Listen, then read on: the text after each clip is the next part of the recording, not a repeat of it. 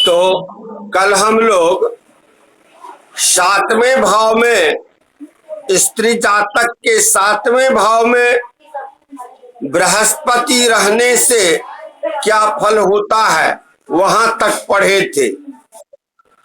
श्लोक 16वां से कबौ जस्या जन्मन्यपि मदन गे मीन भवने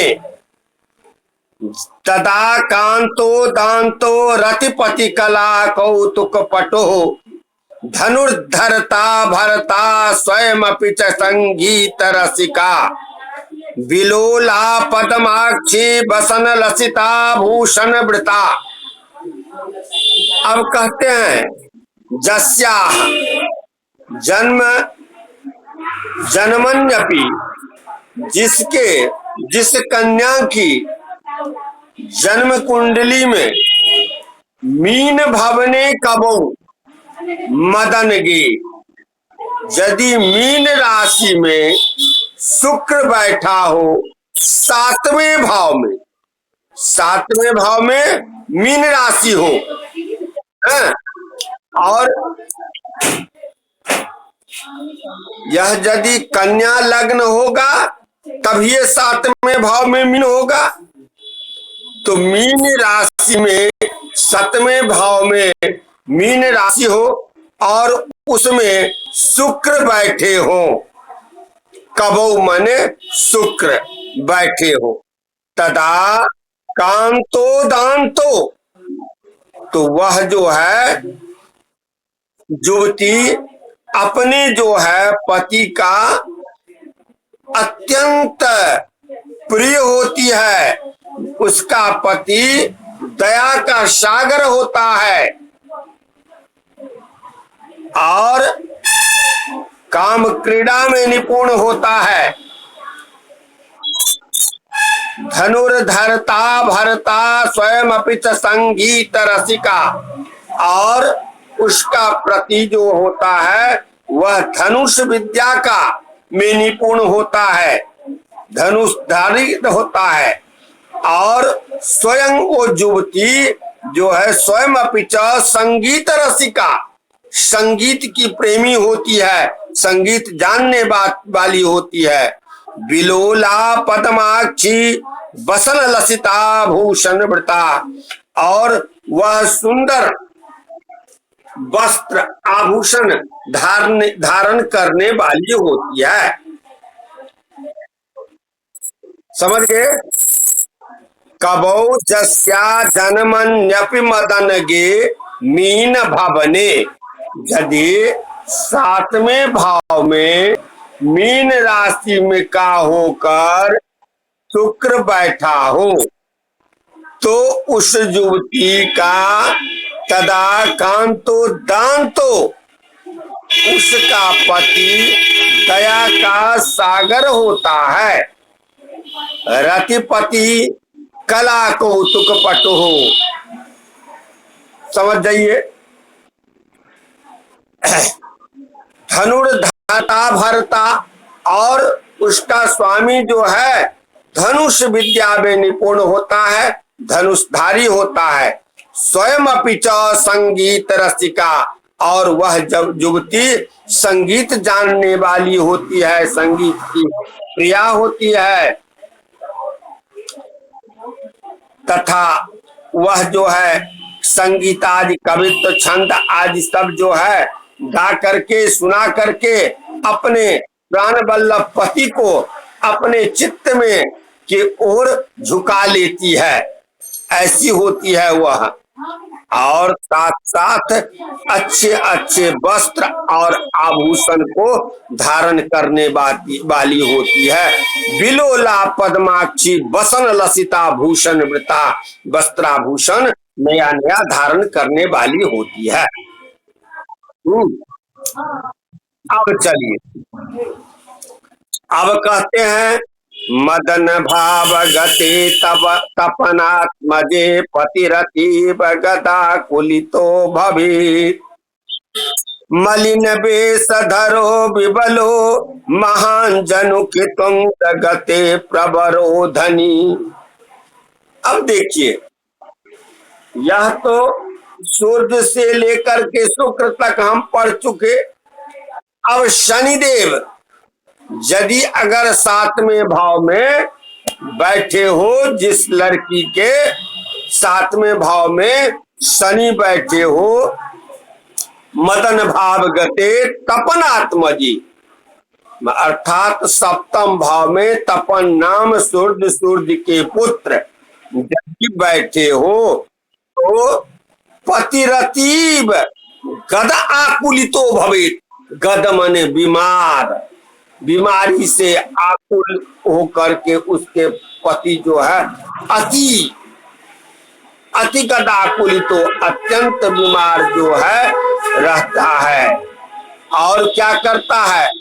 मलिन बेश धरो बिबलो, और मैला कुचेला वस्त्र का धारण करने वाला होता है।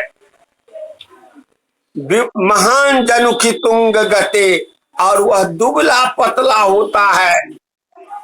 फिर गते कहते हैं तुंग गते प्रवरोधनी, यदि अगर वह शनि उच्च होकर बैठ जाए, अर्थात उच्च कैसे हो गए?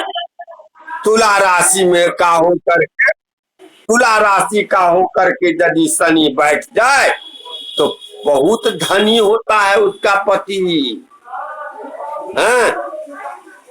मदन भाव गते तपनात्मजे, तपन नाम सूर्य का पुत्र, आत्मज मने पुत्र, सूर्य का पुत्र शनि यदि मदन भाव गते 7वें भाव में बैठे हो तो पति रतीब गदा कुलितो भवेत, तो उसका पति जो है सतत बीमार रहने वाला होता है। और मलिन बेश धरो बिबलो महान जनु की, और जो है वह जो है मैला कुचैला वस्त्र धारण करने वाला होता है। तुंग गते प्रबरो धनी, यदि वही शनि उच्च होकर के बैठ जाए 7वें भाव में तो उसका पति बहुत धनी होता है। अब चलिए, अब कहते हैं 7वें सिंह का पुत्रे। सिंह का पुत्र कौन है? राहु और केतु, है ना। तो 7वें भाव में राहु या केतु बैठ जाए तो कुल दोष विवर्धिनी, वो दोनों कुल को जो है कलंक करने वाली होती है, कलंक दिलाने वाली होती है। नारी सुख परित्यक्ता तुंगे स्वामी सुखान्विता, और क्या कहते हैं सो जानते हैं? वो तो दोनों कुल में कलंक लगाने वाली होगी, समझ जाइए, व्यभिचारिणी होगी, साथ साथ वो दरिद्रा भी होगी। फिर कहते हैं तुंगे स्वामी सुखान्विता, यदि वह राहु तुंग, तुंग माने उच्च, उच्च राहु किस भाव में उच्च होकर बैठता है? मिथुन राशि में। मिथुन राशि में यदि मिथुन राशि का होकर राहु 7वें भाव में बैठा हो तो वो स्त्री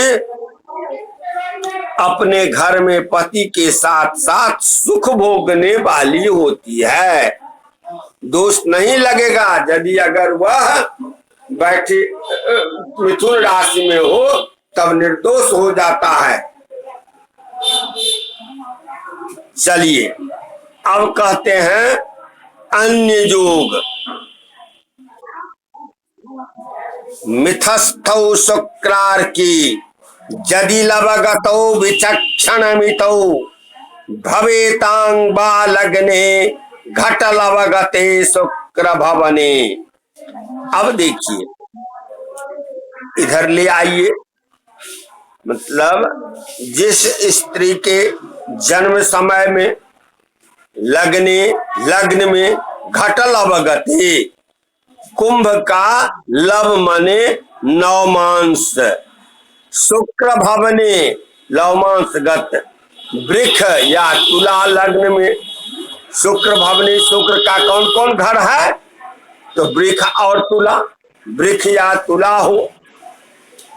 फिर कहते हैं अथवा शुक्र के घर में शनि और शनि के घर में शुक्र बैठा हो।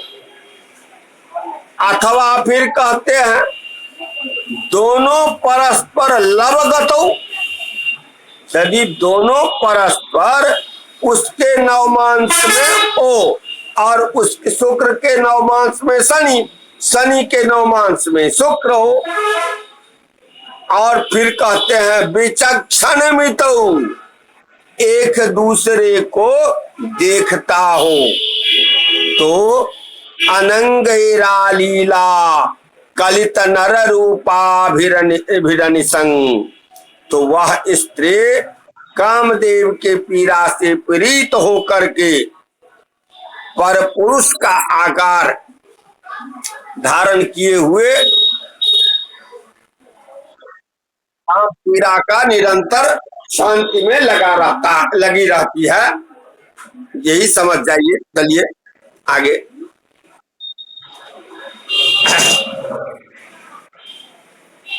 अब कहते हैं दूसरा जो क्षपानाथे जस्या गतवती कुलीरांगमथवा मदागारं सारं सुरगुरुबुधाभ्यामपि युतं महान्तोऽपि भ्रान्ता कति कति मनोज दिक्तया पुरस्तां पश्यन्तो दधति परमानंद लहरीं। देखिए क्या कहते हैं कि जिस युवती की जन्म लग्न में कुलीरांग, अंग में कुलीर माने कर्क हो, कर्क राशि लग्न हो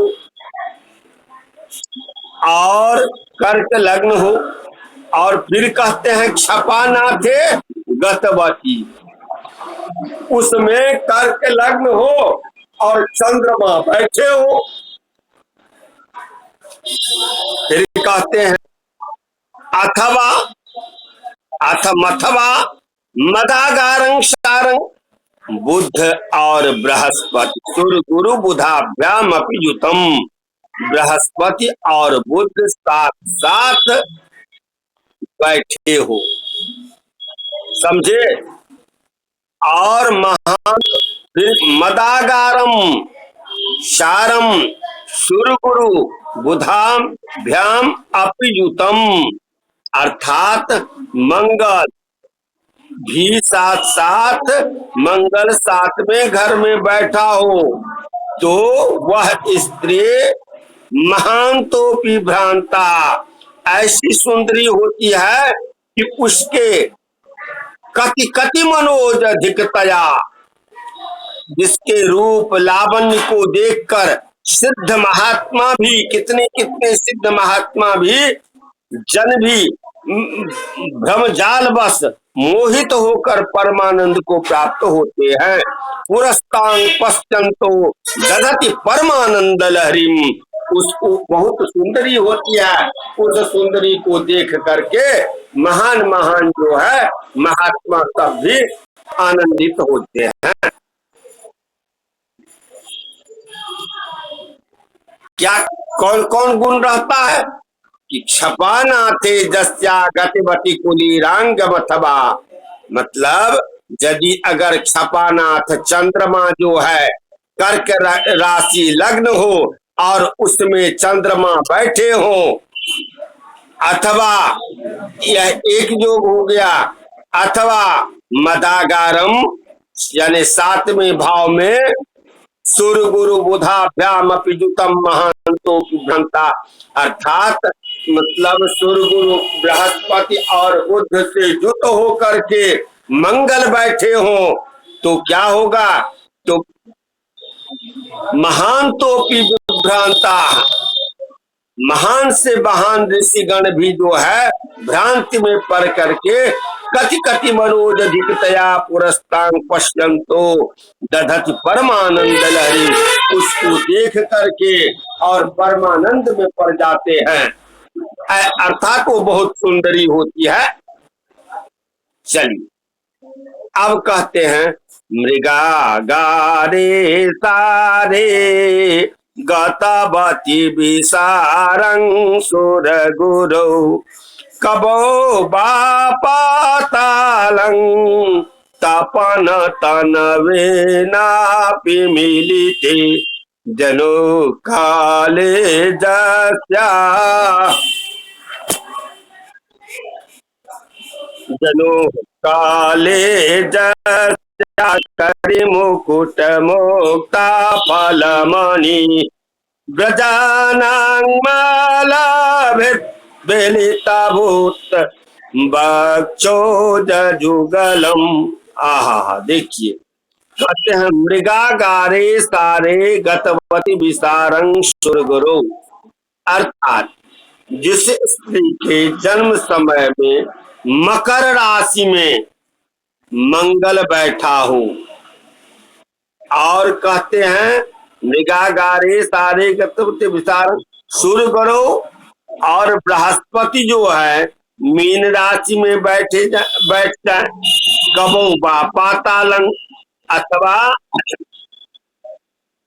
शनि के साथ साथ शुक्र चौथे भाव में बैठे जाए, तो वो जो है जन्म काली जस्या, जन्म समय में जिस युवती के तो कर मुकुट मुक्ता फलमणि, तो वो जो है कन्या एकदम मोतियों के हार से सुशोभित रहती है, शोभायमान होती है। मकर राशि अर्थात पूर्णता समझ लीजिए, मृगागारे सारे गतवती विसारं सुरगुरु, मकर राशि में मंगल बैठा हो, सारंग सुरगुरु राशि में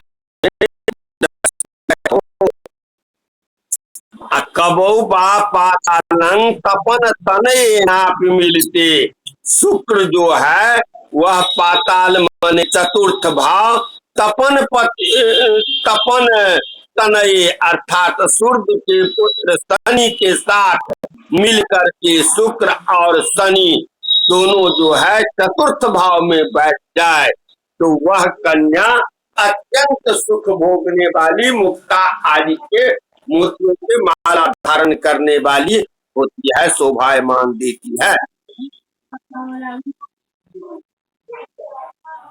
अब जो है यहां से चलेगा आपको, यह तो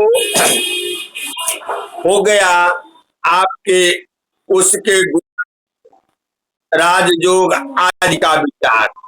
अब वैधव्य योग का विचार कहते हैं, जो कौन कन्या जो है वैधव्य योग को प्राप्त करती है, विधवा हो जाती है, इसका विचार कहते हैं। निशा करात सप्तम भाव संस्था महीज मंदा गुदिवाकराश्च तनो जन्मनि धनम बा दिशंति वैधव्यमलं मदेवा। देखिए क्या कहते हैं, इस स्त्री के जन्म समय में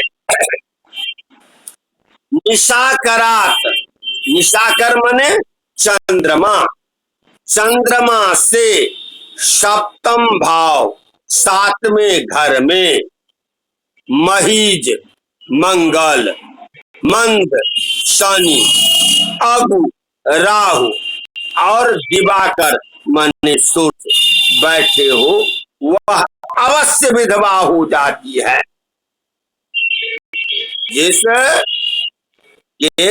जिस लड़की के जन्म कुंडली में चंद्रमा से यहाँ जो है जन्मनि निशाकरात, चंद्रमा से सातवें घर में महिज माने मंगल और मंद माने शनिश्चर अगु मने राहु और दिवाकर मने सूर्य, ये बैठे हो तो वो अवश्य विधवा हो जाती है। तनोरिभे धनमणि धनम बाधि संत वही धप्य मलंग मदेवा।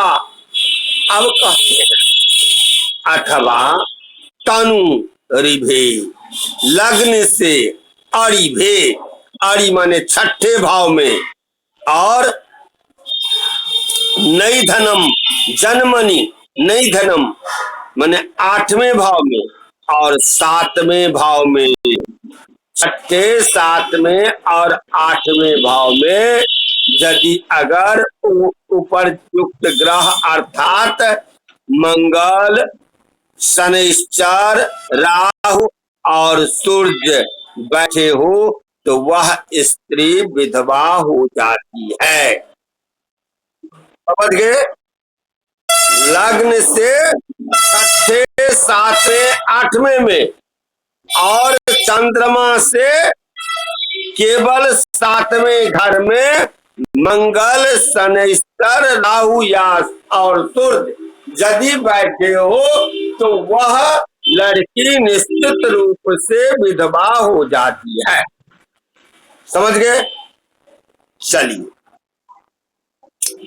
लग्नाधिपो बाथ मदालयेषु वर्गे गतः पाप नभश्चराणाम मदे तनोबा खलखेट वर्गस्तदा कुलंग मुंचति चंचलाक्षी। अब देखिए क्या कहते हैं, लग्नाधिपो अर्थात इस स्त्री के जन्म समय में लग्नाधिप, लग्नेश जो है वह मदालयेषु वर्गे गतः पाप नभश्चराणाम, पापक ग्रहों के खडवर्ग में बैठ जाए, और वो भी लग्नेश नहीं, अथवा मदालयेश अर्थात सप्तमेश भी बैठा हो, पापक लग्नेश या सप्तमेश, ये दोनों जो है पापक ग्रह के खडवर्ग में बैठे हो, अथवा मदे तनौबा खलखेट वर्ग, अथवा पापक ग्रहों का खडवर्ग लग्न या सप्तम भाव में हो तो वह वर्गस्तता कुलंग मुंचति चंचलाक्षी, तो वो जो है उल्टा स्त्री वेश्या हो जाती है, वही जो है लड़की वेश्या हो जाती है, वेश्यावृत्ति करने लगती है।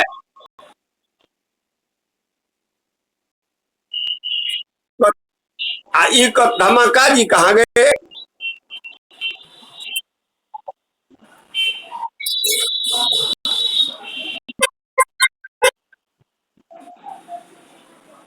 धमाका जी, पापांतराले यदि लग्न चंद्रौ स्यातां शुभालोकन वर्जितौ अनंगलोला खल संगमेन कुलद्वयं हन्ति तदा मृगाक्षी। अब देखिए क्या कहते हैं, इतना तो अपने तरफ से जोड़ लीजिए, पहले ही समझ लीजिए, जो कि जन्म समय में लग्न चंद्रौ यदि लग्न चंद्रौ पापांतरे तराले स्याताम, माने लग्न और चंद्रमा पाप ग्रहों के अंतराल यानी मध्य में बैठा हो, पाप ग्रहों के साथ हो, और इन दोनों को पापक ग्रह शुभालोकन वर्जित हो, शुभ ग्रह नहीं देखता हो, पापक ग्रह ही देखता है। लग्न और चंद्रमा दोनों पापक ग्रह के साथ बैठा हो और उसे जो है पापक ग्रह ही देखता हो, शुभ ग्रह नहीं देखता हो, ऐसे परिस्थिति में क्या होता है, अनंगलोला खल संगमेनो, वह मृगनयनी कामनी अति जो है कामातुर काम विफला हो करके कुलद्वयं हंति तदा मृगाक्षी, वो जो है नीच मनुष्यों के संसर्ग से अपने दोनों कुल का धर्म को नाश कर अन्य कुल में रमन करती है, अर्थात वो व्यभिचारिणी हो जाती है। में ध्यान दीजिए, पापांतरे यदि लग्न और चंद्रमा, ये तो हम बार बार कहते आए हैं, जिस प्रकार हम लोग लग्न समझते हैं उसी प्रकार चंद्रमा को भी समझे। लग्न और चंद्रमा दोनों यदि अगर पापांतराले पापक ग्रहों के साथ हो, पापक ग्रहों के मध्य हो, पापक ग्रह के द्वारा देखा जाता हो, तो उस पाप अथवा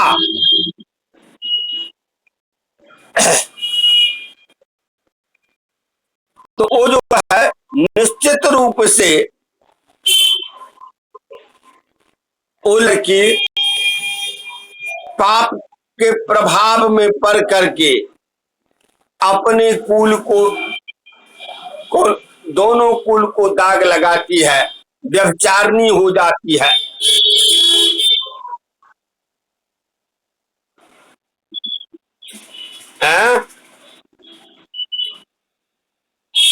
ठीक है, कोई बात नहीं, कोई बात नहीं,